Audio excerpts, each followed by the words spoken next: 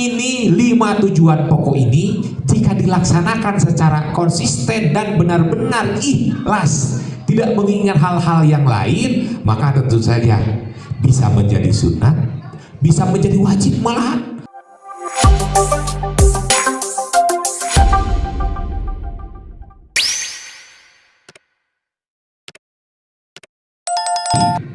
Jauh-jauh hari untuk melaksanakan nomor 5, nah harus mohon maaf kepada keluarga, kerabat, tetangga, dan semua orang yang mempunyai ikatan kegiatan atau muamalah dengan kita. Maka rata-rata setiap orang, setiap jamaah teh ngayakeun naon? Walimatus safar. Itu sudah menjadi tradisi. Apa itu walimatus safar? Walimatus safar itu ialah acara resepsi sebelum berangkat ibadah haji dan umroh. Ini sebetulnya tidak ada kaitan secara langsung dengan ibadah haji, tidak ada di manasik, di kitab manapun itu tidak ada di manasik haji. Ini mah kegiatan yang berhubungan secara tidak langsung, gitu ya. Nah, hukumnya walimatus safar itu hukum asalnya mubah, boleh bebas-bebas saja karena itu merupakan tradisi yang baik, ya. Ini hukum asalnya.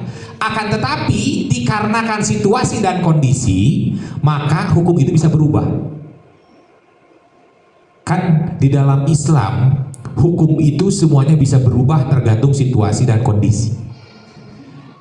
Kalau walimatus safar hukum asalnya boleh, mubah, bisa berubah, bisa menjadi wajib, bisa menjadi sunat, bisa menjadi makruh, pun begitu bisa menjadi haram. Tergantung apa? Tergantung banyak hal, situasi dan kondisi.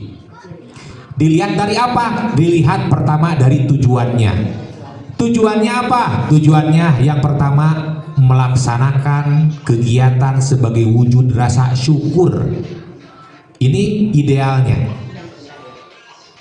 Melaksanakan walimatus safar itu sebagai bentuk kita rasa syukur. Makanya ada sebagian yang menyebut walimatus safar itu tasyakur bin nikmat, mensyukuri nikmat dari Allah Subhanahu wa Ta'ala. Manggilan tetangga, mengundang para tetangga, mengundang kerabat, mengundang kolega, rekan kerja dan sebagainya sebagai wujud rasa syukur. Dari mulai tadi syukur dari nikmat yang tidak terasa sampai nikmat yang terasa, nikmat yang dianggap kecil sampai nikmat yang besar, mau berangkat ibadah haji dan sebagainya. Ini yang pertama. Tujuan yang kedua ialah tujuan silaturahim. Tujuan silaturahim, jika kita mempunyai tetangga banyak karena kita hidup bersosial, bertetangga, silaturahim, mapai tenawan bahasa Indonesia nanti keliling ke tetangga-tetangga di komplek, tetangga-tetangga sepergaulan arisan, sepergaulan pengajian, kemudian teman-teman kerja dan sebagainya, keliling rumahnya satu persatu untuk bersilaturahim.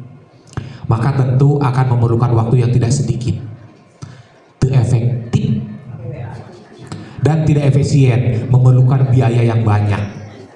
Aduh, gaduh rencangan di Cipatik, kasih Cipatik bensin. Yang paling menjengkelkan dalam tanda kutip, jauh-jauh di Jugjug pas kali itu jalan nanti ayah, ya kan? Hanas jauh, dah. Kita punya tetangga 100 rumah misalkan di komplek, kita papai, kita keliling satu persatu. Mungkin 100 rumah itu bisa beres 1 minggu, karena setiap rumah tidak mungkin, Pak, abdi bade ngelaksanakeun ibadah haji nomor kieu ke silaturahim. Moal mungkin pasti basa-basi heula, moal mungkin langsung to the point. Basa-basi ngobrol kesana kemari, ngopi, makan, ngerumpi. Nah, wah, habis satu rumah misalkan 2 jam. Aya 100 rumah berarti berapa jam? Itu yang pertama. Yang kedua, bagaimana jika tidak ada, karena kan orang bekerja. Kita ke rumah si A, ternyata ada istrinya saja, suaminya lagi kerja, berarti ke suaminya macam silaturahmi. Apalagi kalau nggak ada dua-duanya, kebetulan si bapak etaman tadi teh angkat sareng carogena sahurna mah ramana cenah teu damang pergi, nggak ada siapa-siapa di rumah. Jadi tidak efektif, tidak efisien. Bagaimana supaya efektif dan efisien? Ya ini, kita undang supaya mereka datang. satu kali acara dengan satu biaya, orang-orang pada ada. Efektif tuh? Efektif. Makanya perubahan hukumnya itu bisa terjadi tergantung situasi dan kondisi. Tujuan yang ketiga sebagai sarana untuk memohon maaf. Tadi kan nomor kelimanya persiapan lahir. Kebayang jika memohon maaf kita satu persatu rumah diketrokan, kita pamitan memohon maaf. Jika ada hakul adami di antara kita, maka sok silahkan balitungan. Dipapai satu persatu kan itu efektif.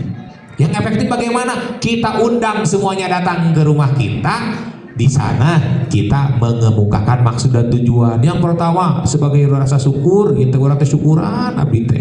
Hatur nuhun karena kasubinganan. Nomor kedua sebagai silaturahim. Yang ketiga kami insya Allah mau pergi haji. Oleh karena itu kami mohon maaf jika kami punya kesalahan dan sebagainya. Kan efektif.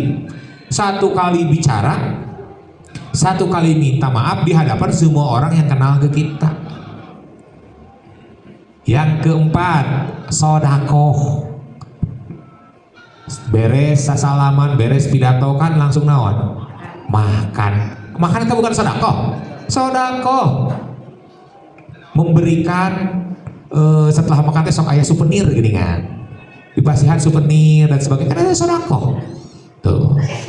Maka ini tradisi yang baik. Yang kelima, permintaan doa. Mohon doakan kami supaya kami dalam melaksanakan ibadah ini diberikan kelancaran.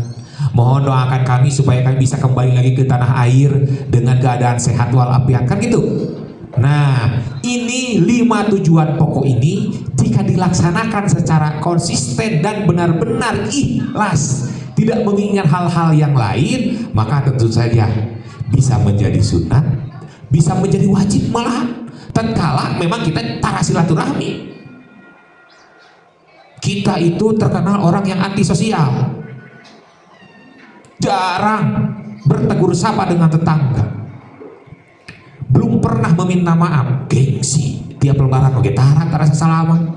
Nah, jika karena hal itu maka melaksanakan acara itu menjadi wajib, karena itu menjadi sarana satu-satunya Bapak Ibu sekalian untuk bisa bertegur sapa, bersilaturahmi dengan tetangga, meminta maaf kepada para tetangga, bersedekah kepada para tetangga, dan memohon doa. Bisa menjadi wajib, bisa menjadi sunat jika kita memang sudah terbiasa. Memang kita ahli masjid, sebelum pulang setelah beres salam kita musafah dulu di masjid, sudah biasa karena kita makhluk sosial. Apalagi kita aktif di komplek teh, di rumah teh, aktif di masyarakat, kerja bakti ikutan, ada acara RW, acara naon kita selalu ikut, kita aktif bersosial, maka menjadi sunnah, memperkuat rasa syukur, memperkuat silaturahim, meminta maaf, sedekah dan permintaan doa. Gitu. Nah, bisa menjadi makruh, bisa menjadi haram. Tatkala pelaksanaan ini niatnya bukan ini, arah tetangga apaleun, ya. Kebalik di itu teh disebut Bu Haji, Pak Haji. Nama gelar kan lumayan gitu, ngarah tetangga apaleun, ngarah tetangga tidak melecehkan kita. Manehna mah gajihna gede, mobilna alus, rumahna mentereng, tapi can haji kene eleh sama urang, eleh ku urang mah imah biasa-biasa baik, gaji baik biasa-biasa oke, segala biasa-biasa, tapi bisa berangkat haji. Nah, jika niatna kitu, wah, eta mah teu dibahas. Sanes wajib ngayakeun walimatus safar, teu sunat-sunat ajan malahan bisa menjadi haram karena menjadi ajang apa? Ajang maksiat. Ajang maksiat itu kan tadi pamer, ria, sum'ah. Eta teh kan maksiat kepada Allah. Melakukan dosa kepada Allah. Bisa menjadi haram malahan saya teu ngayakeun. Makanya segala sesuatu itu karena ini mah sarana, alat mah tergantung orang yang make. Kumaha kita anak. Jika niat syukur, silaturahmi, permohonan maaf, sedekah dan permintaan doa itu kita laksanakan konsisten, ikhlas karena Allah, maka bisa menjadi sunnah, bisa menjadi wajib. Itu yang harus kita ambil, mendapatkan pahala karena melakukan walimatus safar. Jangan sampai kita keluar biaya berpuluh-puluh juta tapi bukan menjadi pahala. bahkan bisa menjadi malak bahaya, menjadi dosa. Maka murnikan niat kita.